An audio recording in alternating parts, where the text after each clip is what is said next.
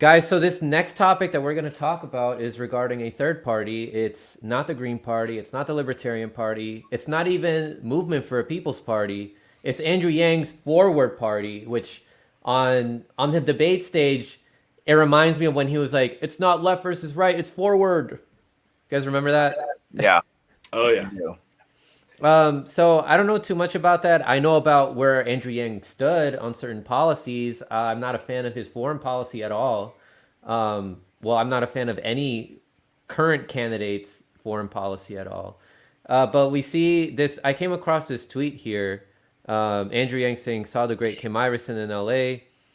So he has one independent media voice that he spoke with about his party. And it seems like she's supporting him.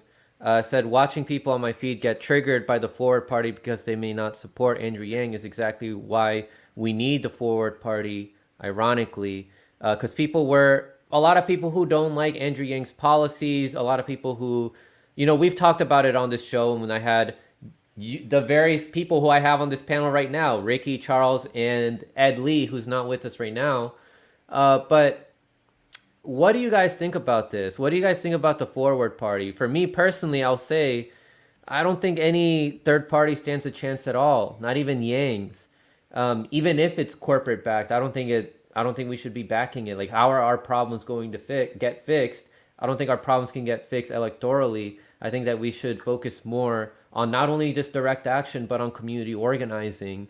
Because we're still going to have the same problems with the current ruling class that we have, and it will take a miracle for a third party to win, given how our election system is constructed, and how they're privately owned. But let me hear what your thoughts are, Ricky and Charles. Man, I don't know if he's trying to sell books or what at this point, man.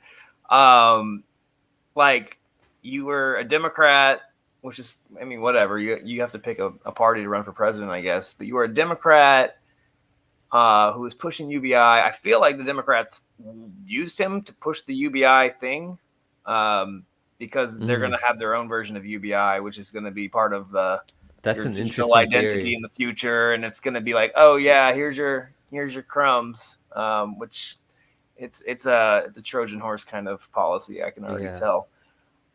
Just like the Green New Deal is going to be is already a horrible Green New Deal. The ones that the Democrats have, it's totally corporate friendly. I don't know what his intentions are with this. I always feel like he's like disingenuous. I always feel like he's phony baloney.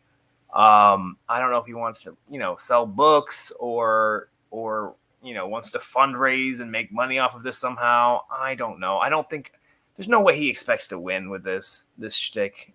His shtick's already tired. I feel when he didn't even get, the bid for mayor here in New York City, dude. Like, what? You're the only one that had a national platform and you were running for mayor of New York. Like, literally, you had the name recognition. No one else was nearly as famous as you were running for mayor. You made all the debate stages, right? All the debates. There were so many restrictions. There were so many digital debates, and he like messed up, man. He couldn't do it. He's phony baloney. He promises, all the corporations that he's gonna go to bat for them, and then he turns around and is like, yeah, we're gonna do a UBI. Like, in New York, we can't really do UBI because we don't have federal money. So I remember that. We're gonna give some poor people some money, and it's just like, bro, this is not how you fix the problems of New York City. So it's bad. Still standing with Israel too, and that is really that was the gut punch for his. Rarely does Israel gut punch anyone's candidacy here in America, but that one really tanked him out. I think all the progressives were like, "Nope, see you later." So I don't know what he's doing. Honestly, I don't know what this is. And that's the problem with fence sitting, like with the corporate Democrats and all the moderates, and with the the progressives who are still believing in electoral politics, right? You can't win them both over like that. If there's any possible way is to have a true populist voice and to expose how the system works, but he doesn't do that. Right. He's very corporate friendly. I'm just wondering if like the Democrats like feel like, they're losing people a little bit right now. And they're like, you know what, Yang, go out there and do your little third party thing. We'll help you out. And you'll catch some of those people leaving the party. And maybe he's And then going bring them back in at and some kind point. of bring them some way. Yeah. I feel like he's going to catch some of those people and kind of bring them back into the Democratic Party. He's going to be like the next AOC who kind of brings people back into the party. Yeah, I tried the with some third kind of party thing. It rhetoric. doesn't work, so that's why we got to do the Democrats. Wait, we gotta we got to do the lesser of two evils. Charles, what do you think about all this? So obviously anybody that's watched my channel for a long time knows I've always kind of been an independent, hence how I came up with the name the Lone Wolf Podcast. And I haven't given up hope on third parties, but it's getting worse and worse. And honestly, we do have to get, community activism at this point, because I'll come back to why I'm losing hope on the third party stuff in just a second, but I've got to hit on Yang here. And when Yang gets this thing going, however much effort he puts into it, he needs to start holding rallies like Trump, okay? And just like Trump has his theme song that he comes out to, I've got the perfect one for Andrew Yang. Oh, man. Why can't we be friends? Okay?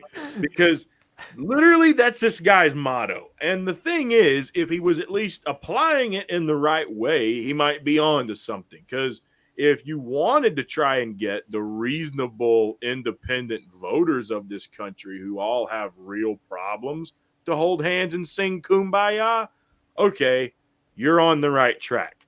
The problem with Yang, and I actually kind of liked Yang for a while when he first started running for president, but the first red flag this guy threw that I was like, what the hell's he doing? Was when he got on the debate stage and Cory Booker did not. And then he championed on that he would be proud to see Cory Booker pull back up in the polls and be at the next debate. What the hell are you doing? You're in a race. You're trying to win. Why are you cheering on a corporate stooge to make it back to the next debate? That is, could you imagine Donald Trump?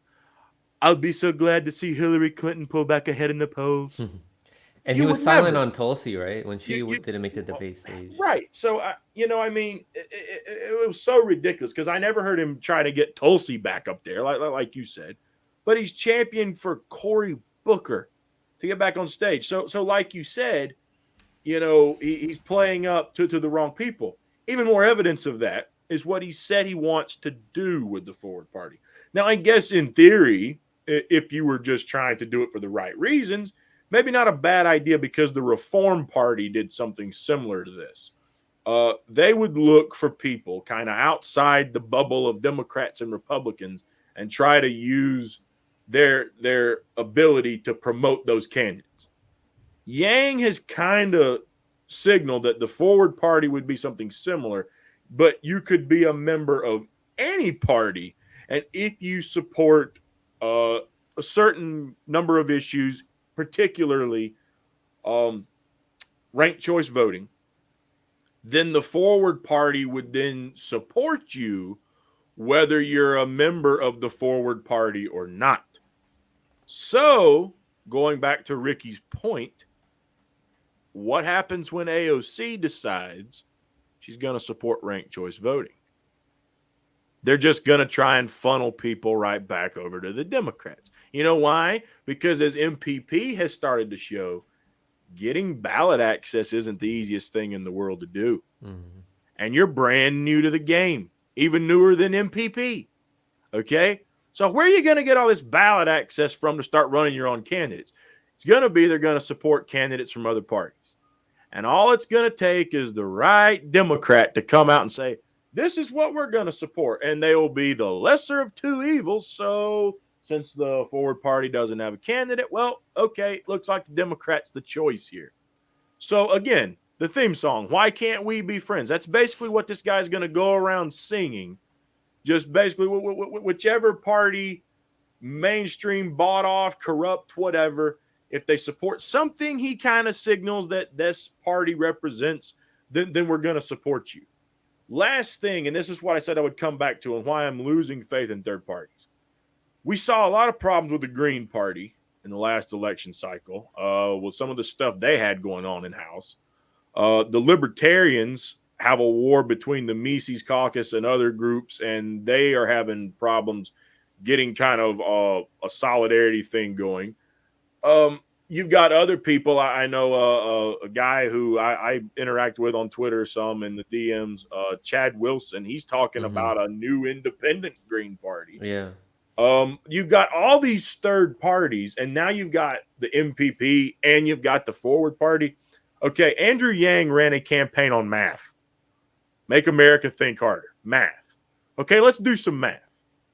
The majority of the country does consider themselves to be independent, more than Democrats or Republicans, but they don't have the same views. Some are a little more right independent, some are a little more left independent, some are way right, some are way left, whatever. But they don't all believe in the same thing. So they're divided into these little subgroups. Then you have what is supposed to be a third party. Well, what's at the very beginning of that? Number 3, you've got 2 choices. We're the third option. You don't stop at that. Even out of the ones I've already named, there's even smaller parties, the Constitution Party. There are so many third parties coming around. If you wanted something to be serious, the idea is to stop creating so many other competitors and try to find one and unite and take a third party that hasn't gone anywhere and try to rebrand it, rebuild it, take it over, and unify. If you're going to do this thing seriously. But when you've already got these little subgroups of independents and you just keep dividing it up further and further and further, the math says you ain't going to win shit. Right. And that's exactly what's going to happen. They're not going to win anything this way.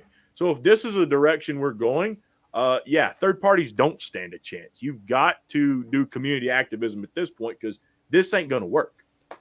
And I'll just add that, the more third parties you have, the less likely a third party is going to have winning candidates, period. And we're learning with ranked choice voting specifically because we actually had it here in New York that it can backfire because they can literally flood the pool of people and it can backfire because we had probably one person who had an actual progressive platform.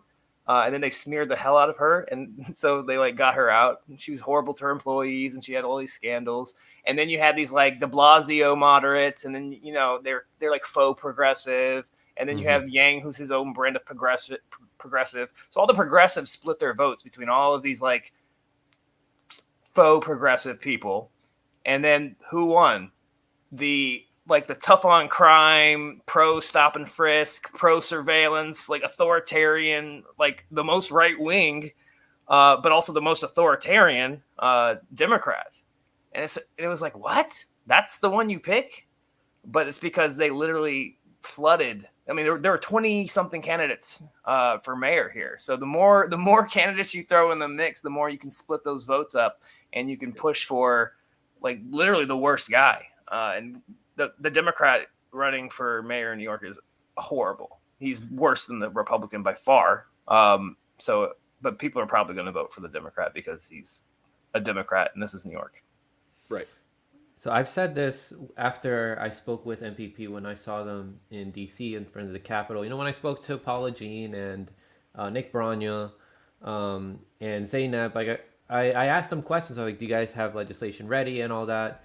And after I left, I said, I'll stand in solidarity with third parties when they go out to the events like this, when they organize. At that very same weekend, at the End the Damn Wars protest that Magnus Penn Video organized, I saw MPP there, I saw Libertarian Party members there, and Green Party members there. We need more events like this. But like I always say on my show, we need to go beyond that too. We need more community organizing. But as we community organize more, as we meet up with each other at these direct action events, we start meeting people that come from different backgrounds, that came from different ideologies, that have that see through the theatrics of electoral politics. They start learning more about how all these things that they have in common. Theoretically, I think the best chance that a third party has is if they stand together with all these people. They all unite. It's one third party that has everybody that's just sick of the system. And the key players that are there are election integrity activists and people who are good at reading the legislation and who are good at writing legislation. And I haven't seen the Forward Party's platform. I don't know what legislation that they have ready. How is it that legislation going to be better than what we currently have, which is written by the lobbyists? We need to actually understand how our enemies are operating right now to oppress us, which is why I'm bringing on people like Seb Solomon and Ali Alexandra and Shadowban Refugee and Jack Sith, because they actually dive into the legislation. We need to understand how our enemy is operating. Is that what these third parties are doing? Do they actually understand what they're doing right now with the Great Reset? Do they understand what they're trying to do with digital IDs and with all these mandates? It doesn't seem like they haven't even scratched the surface of any of that.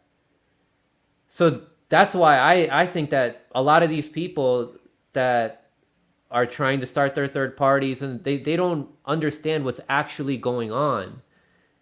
And if they did, they would be focusing more on community organizing and on having that third party occur later on down the road once we get everybody on board on the same page on what's actually happening. But I'd love to hear what your thoughts are on all that. You want to go first on that one, Ricky? we took a sharp turn, huh?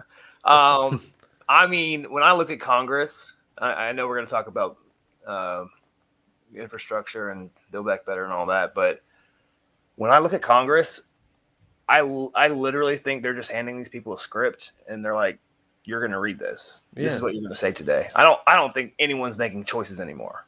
Yeah, at all. I think there at one point in my life, Congress people actually made choices, and that's why some of them got run out of Congress because they didn't follow the narrative. I don't think anyone has look at any of them. Like, look at AOC, look at Bernie, man. Bernie's not the same guy he used to be. AOC, like, her career changed so fast, man. She came in spitting fire, and now she's like making excuses for herself, and it's like sad. It's like pathetic. I don't think any of them can do anything. I think they're just given a script and they're like, "Hi, you're an actor. Welcome. Here's your SAG card. Welcome to SAG-AFTRA. Now go on TV and act." I don't think any of them get to say what they want to say. And the fact that they're all just staying in Congress, not doing anything and pretending they're fighting for us is just, it's bad. It's a lot of careerists. That's a lot of them. That's how I see all of this right now. Yeah, I would say I definitely see a lot of careerists, but to me, this is what I notice, or at least my opinion on what I perceive from this anyway. I think you can tie it all back to competition. And you've got to look at people as a whole and how we think and act as a society. Someone who engages in competition and has that traditional sportsmanship, may the best man win mentality would say, let's let the person with the best ideas prevail. I'll argue my case. You'll argue your case. Whoever has the best idea and whoever the public agrees with will win the election, and we'll call it a day. We'll shake hands and we'll go our separate ways. Now, that's how things should work. But that is not how it has worked in a very, very long time, because when you have people who don't so much care about doing the right thing as they just care about the win, because they're very ego driven, or they like the fact that they have that government job because the benefits sure are a whole lot better than bartending. Okay. When you get that sort of thing, then that's going to change how you look at the competition, because now it's not about may the best man win. It's about what do I need to do to win? And to make that even worse, you get even worse, possibly corrupt business owners who then pay you a lot of money to start playing dirty in the competition. So then here's what you wind up with. Because it's a party, it's just like team sports. Someone new comes into the fold. They might be some young, starry-eyed progressive. They want to do all these things. Well, you're not going to be able to do them by yourself, and that's a given. I don't care if you got elected president. You're not going to be able to do it by yourself. That the corruption runs too deep, and you're going to take a big chunk out of Capitol Hill to start really making good waves, that like big noticeable waves. You got to take the power structure away in a big way. But the powers that be that have already been there for decades are then going to squeeze you into playing ball the way they want you to. And they'll blackmail you. They will say, okay, this is what you're going to go out there and you're going to do. You need evidence? Go look at AOC crying while Pelosi berated her to go back and change her vote. Okay? Which, by the way, she changed her vote to something she raked Tulsi Gabbard across the coals for doing, by the way. But it's just the point. They will put the pressure on you because it's, the donors and the party first. And we're going to do whatever we got to do to please the donors. We got to do whatever we do to play politics and keep winning elections for ourselves. You don't go out there with all these bright ideas. As Ricky said, you do, you're probably going to get run out of Congress. And then it becomes a question of, am I going to be intellectually honest enough to do what I said I was going to come here to do?